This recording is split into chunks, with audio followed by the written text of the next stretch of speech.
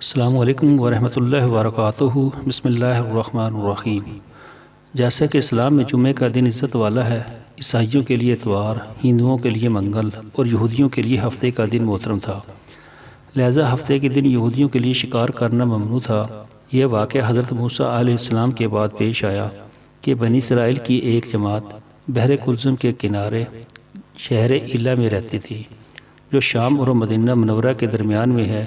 یہ لوگ مچھلی کھانے کے بہت شوقین تھے۔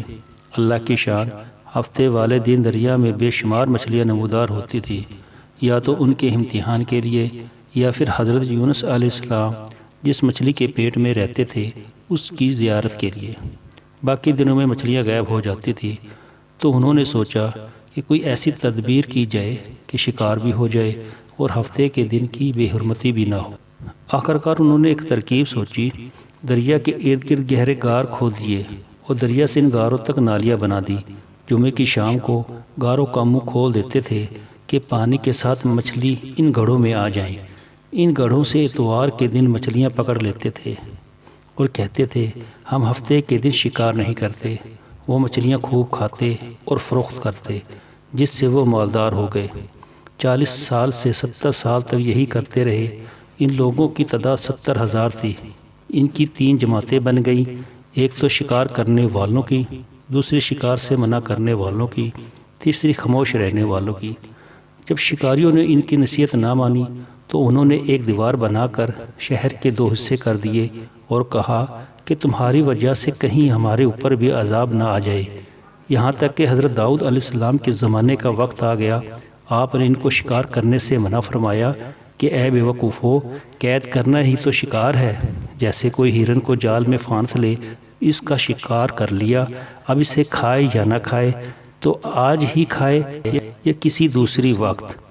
ہفتے کے دن میں شکار کی ممانعت ہے، نہ کہ ہاتھ میں پکڑنے کی یا کھانے کی۔ اس سے باز آ جاؤ ورنہ عذاب میں مبتلا ہو جاؤ گے۔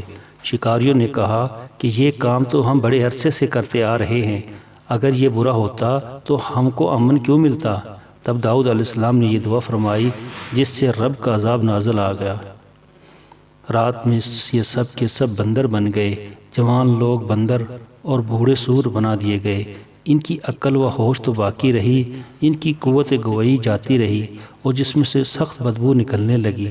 صبح کے وقت دوسرے محلے کے لوگوں نے دیکھا کہ اس محلے سے نہ کوئی آدمی آتا ہے، نہ کوئی آواز آ رہی ہے اور نہ ان کے گھروں سے کوئی دھواں وغیرہ نکلتا ہے، تو وہ دیواروں پر چڑھ کر ان کے گھروں میں داخل ہو گئے اور بندر ان کو دیکھ کر ان کی طرف دوڑے اور ان کے قدموں سے لپٹنے لگے اور ان کے کپڑے سونگھتے اور روتے تھے۔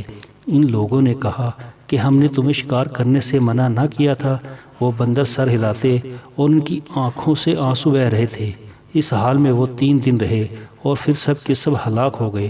ان میں سے کوئی بھی باقی نہ رہا اور نہ ان کی آگے نسل چلی۔ دوستو، ویڈیو اچھی لگی ہے تو لائک اور شیئر کریں، چینل کو سبسکرائب کریں تاکہ نئی آنے والی ویڈیو آپ کو بر وقت مل سکے۔ اللہ حافظ۔